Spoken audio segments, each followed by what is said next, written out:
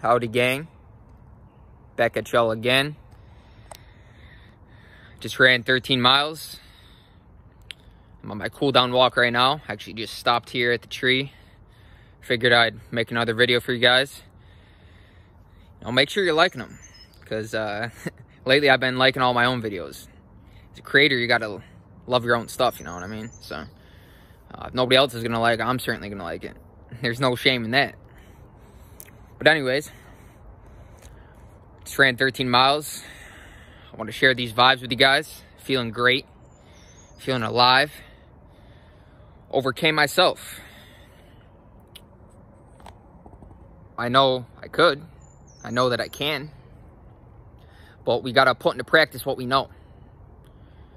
So we always know that we can deep down do whatever we put our heart and minds to. Brain-heart coherence. The power of the heart and mind acting together. You put that into action towards a definite task.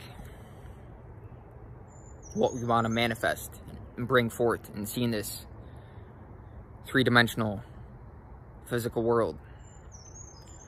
I have a Spartan race coming up at the end of the month. It's a half marathon. So I wanted to put in the work and run a half marathon before I have the race, because I ran a Spartan race in November at Fenway Park, did really well, got 14th out of almost 4,000 people. And I'm not telling you that to pat myself on the back, but I'm telling you that to inspire you, because inspiration is the best form of currency. Intangible, but it's priceless. Can't put a price tag on it. It's better than money. And I know that anything I can do, you can do too.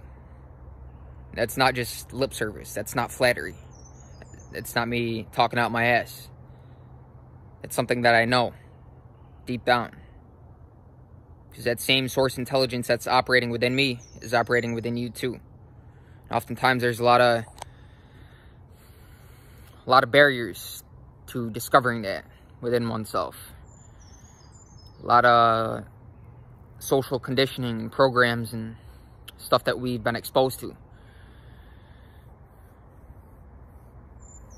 that we've allowed ourselves to be exposed to. Maybe we weren't conscious of it, but you know, karma means doing. That's a literal interpretation of it. So your karma is your doing. Karma means action. It's your action. So we're always accountable for our experiences. What's happened within us.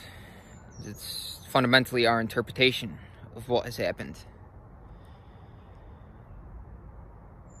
So I share this with you guys,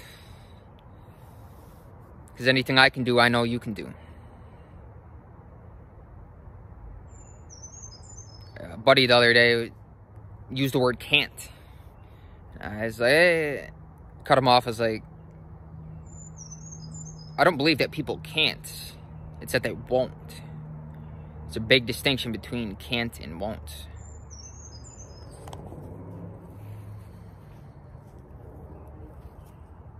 Willingness. A reason why our intention has to be greater than the temptation to succumb to doubtful, indecisive, fearful self-talk. So, you know, there's a couple points during the run today where I observed thoughts within myself that were negative. They're coming from the lower self,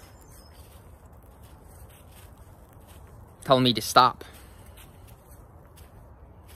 And that was not an option. When you definitely decide to do something,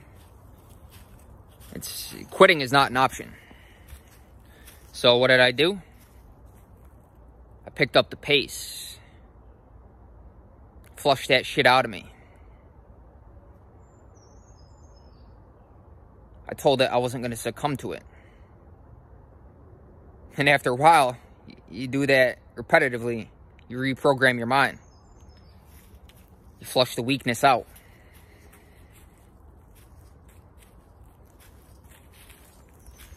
Self-talk is vital. Of course, fundamentally speaking, we are not the mind. So it's good to be aware that our true identity, our essence, our source of being is not the mind. The mind is an expression of this presence. It permeates everything. Omnipotent, omniscient, omnipresent. It's everywhere. It's within everything. It's within you. It's within me. So that's how I know anything I can do, you can do, because the same source intelligence operating within me is operating within you too.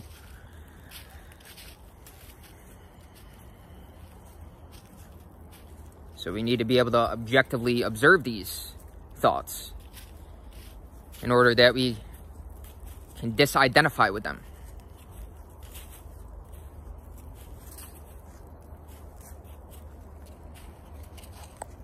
And we do that through action. Sometimes we're not going to feel like doing something. We do it anyways.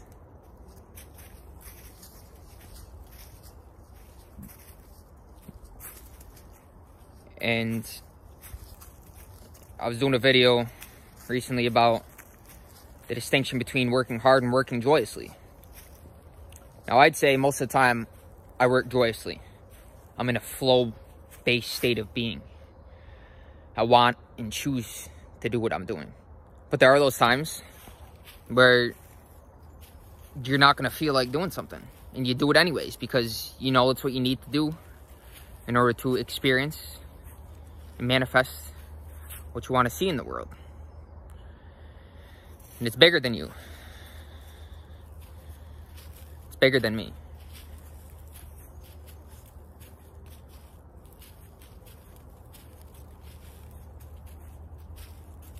You want to uplift others through your way of being. The only way to do that is to go through a period where you focus on yourself first, so you can do the inner work. As Carl Jung said, shine light upon the dark aspect of yourself, that negative self-talk. You realize it's there. You realize you're not that. You reprogram your mind.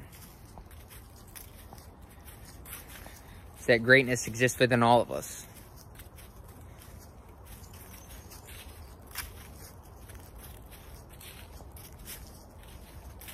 Get out in nature, reconnect. You feel a lot better. I promise you that. Doesn't have to be a huge commitment. Even 5 to 10 minutes every day. Sit down, be with yourself, no distractions.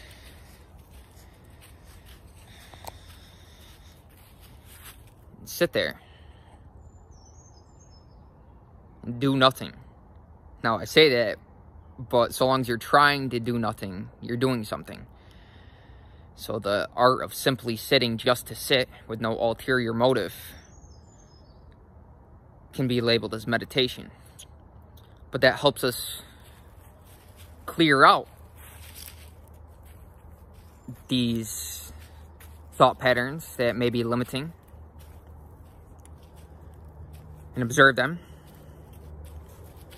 so that we can, over time, come to laugh at them and see them as humorous. Because wisdom is a thought or a memory without the emotional attachment. So instead of judging the thoughts or being emotional about them, we observe them objectively.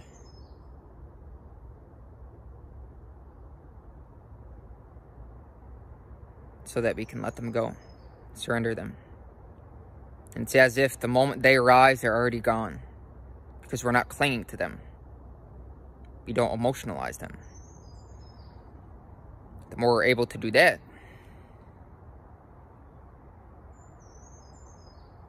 then the more lighthearted we become. The lighter we walk upon the earth.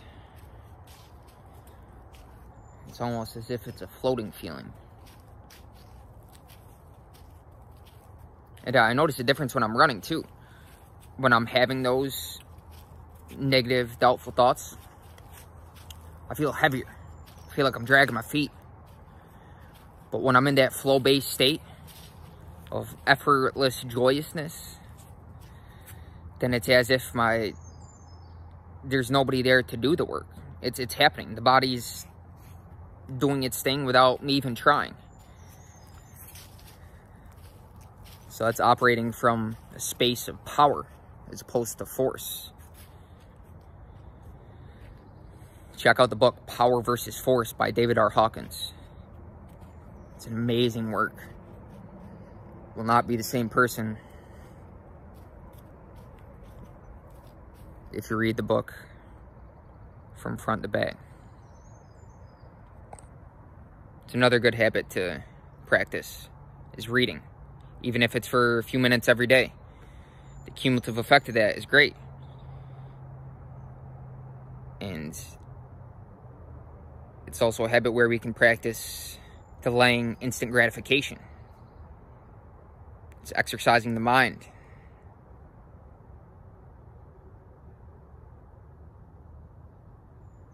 Love you guys. Make sure to like, comment, subscribe. Social currency, it's free. I'll see you in the next one.